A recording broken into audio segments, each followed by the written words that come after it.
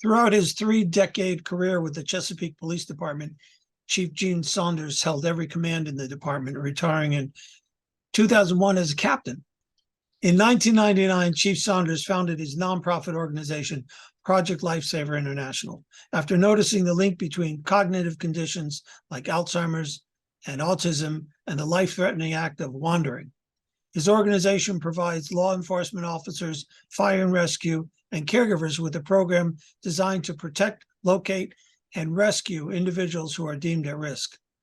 And he has kept our attendees at our Fearless Caregiver Conference in rapt attention when he walks around the room demonstrating and talking about the value proposition of Project Lifesaver International. And more than that, it's my honor that he's joining us today. Good afternoon, Chief. Good afternoon, Gary. Thank you for having me. Let's start at the very, very beginning. I know nothing about Project Lifesaver. I do know I have a cognitively challenged loved one, autism, FTD, Alzheimer's, and wandering is a concern. Explain to me what you do at Project Lifesaver. Well, I always like to start that off, as you know, with a little bit of history, because I think it's important that they understand that this just isn't something that fell out of the blue, that we went to some drawing table and invented for some nefarious reason. Back when I was on the PD, as you introduced, I also headed up the Sheriff's Search and Rescue Organization. Well, one of the things we found, and now this was back in the mid-90s, early 90s, mid-90s, a few days ago, we found that we were having a lot of instances where Alzheimer's patients were wandering and becoming lost. Well, at that time, we were still using the same old tried and true, so to speak, search and rescue methods. Well, that's fine if you're looking for what could be reasonably classified as a normal person, but not so much with a non-cognitive person. They don't try to help you. They will secrete themselves in places that you would never think to look. And there's a lot of instances where we ran into that. But the biggest problem we had is we were not being successful. We either didn't find them at all, or they were found deceased, or they were injured badly. And it just kind of bothered me that we were not doing what I thought we should be doing. So I kept looking around and saying, well, okay, there's got to be a better way to do this. We're expending a lot of man hours. When you go on these searches, they'll start small, but they grow expeditiously quickly. So you're liable to start with 4, 5, 6 people. Next thing you know, you've got hundreds out there searching. Well, not only does that cost a lot of money, but it's very hard to control. And we were getting negative results with all the stuff that we were doing. I always felt like there's got to be another way where we can do it quicker, more efficient, and with less people, which equates to cheaper, quicker. I happened to pick up a brochure about wildlife tracking. And as I'm reading this thing, it kind of dawned on me, we can do this with animals. We can track them on their migratory routes. We can track them into their haunts, into their territories. Why can't we do that with a person at risk of wandering and be able to locate them very quickly and just bring them back home? So I got with a manufacturer. We were able to work out some of the logistics. So in 1999, we started our first program after receiving a grant from a local hospital in Chesapeake. Yeah, it was kind of there was no blueprint. Let me put it that way. Had no idea whether it was going to work or not, but we were going to give it a try. Well, shortly after starting the program, big press release, we got our first bracelet out. We had our first situation. Well, you can imagine how we felt rolling into this thing. And okay, here's, we can practice. We did all that. Now here's where the rubber meets the road. Well, within a minute of coming into the area, I started getting a signal from the gentleman's bracelet. Now, the bracelet is a radio transmitter.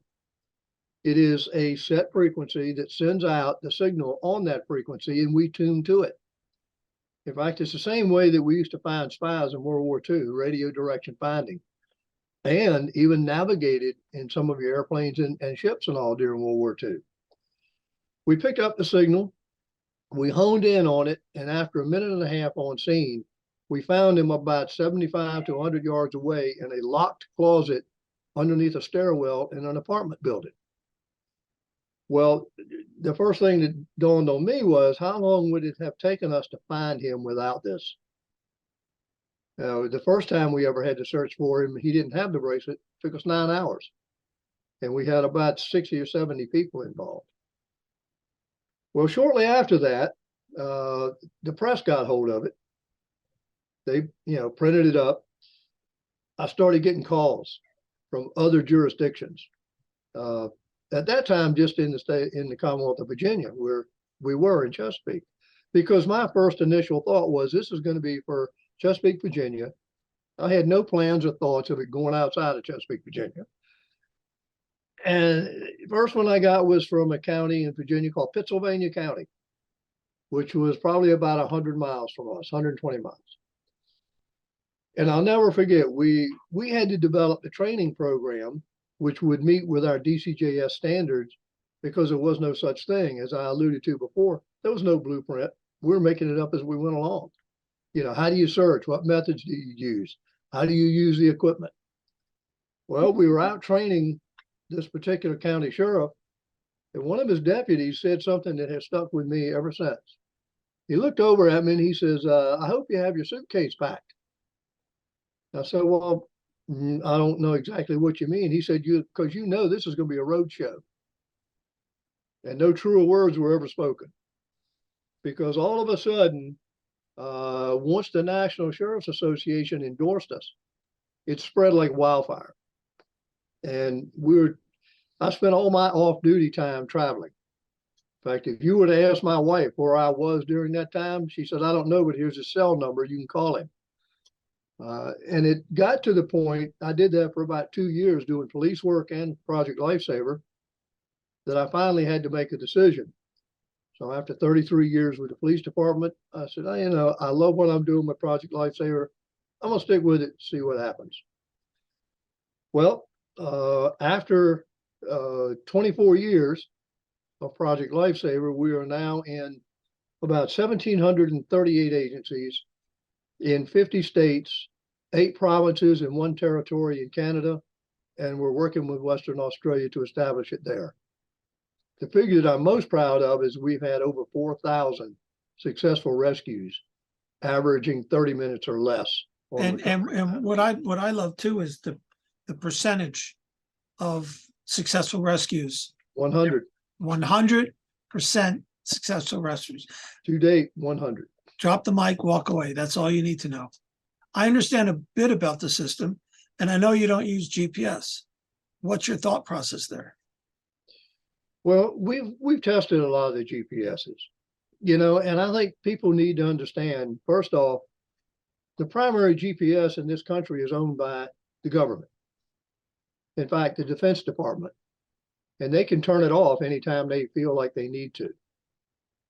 The second is, if you have a satellite radio in your car, I ask you to do this test. Pull under something with the radio on and see what happens. You lose the signal. With a GPS, you are effectively communicating with a satellite. Well, if anything gets between you and that satellite and blocks that signal, you have nothing. Well, with radio signals, they'll penetrate anything but lead. So they're much more dependable and reliable.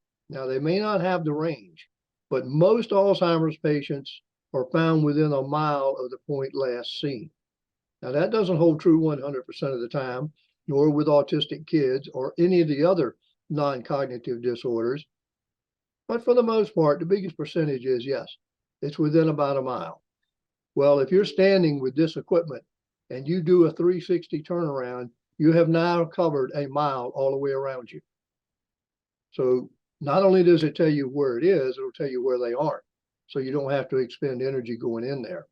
But the biggest thing, to get back to your question, is I don't look at GPS as being reliable enough. Plus, you have a problem with it having to be recharged often. Oh. The RF bracelets, the batteries change once every 60 days. And it operates continuously during that 60-day period.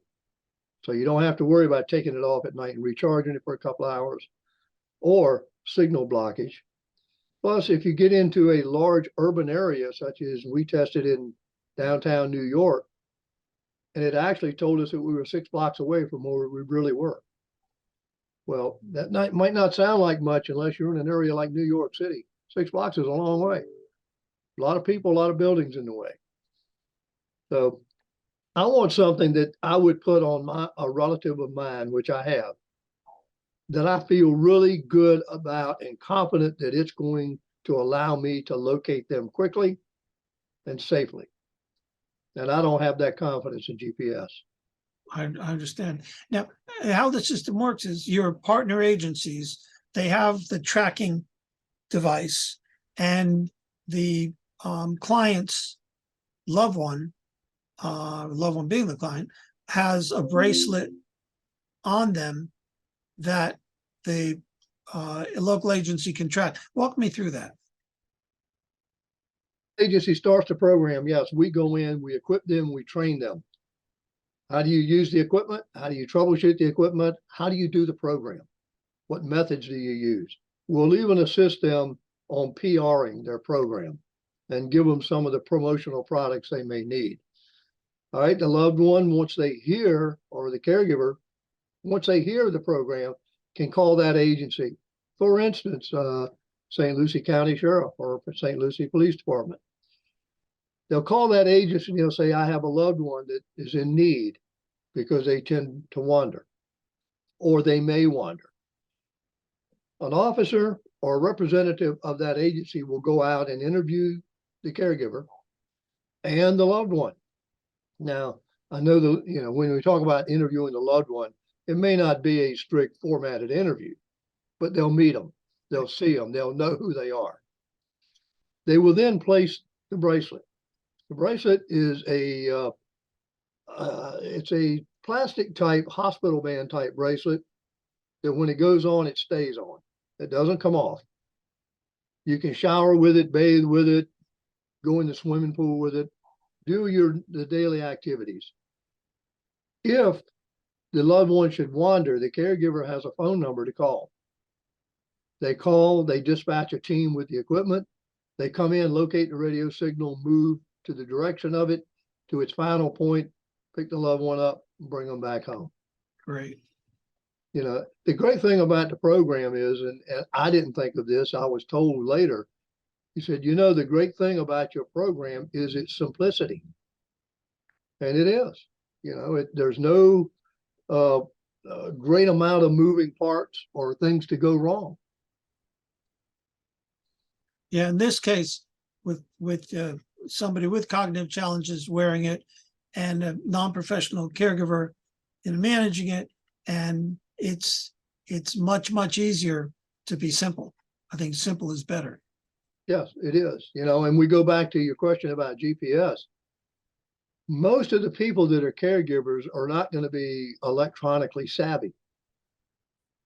And the other thing that enters into it that a lot of people don't realize, and I've seen it happen, when your loved one goes missing, what kind of emotional case are you at that time? Right. Do you think you're going to be able to operate something that becomes complex, like pinging a satellite or these kind of things? I've seen where they just go in, as the description is, they become a basket case. And that's understandable. So that's why I think, the simplicity is something that is appreciated. It's quick, it's efficient, and it's reliable. Thank you for what you do. Just keep doing it. Thank your wonderful team and your amazing spouse. And we look forward to seeing you at the next event. I look forward to being there, Gary. Thank you for all you do. You do a wonderful job. And keep on keeping on. And I'll look forward to seeing you again soon.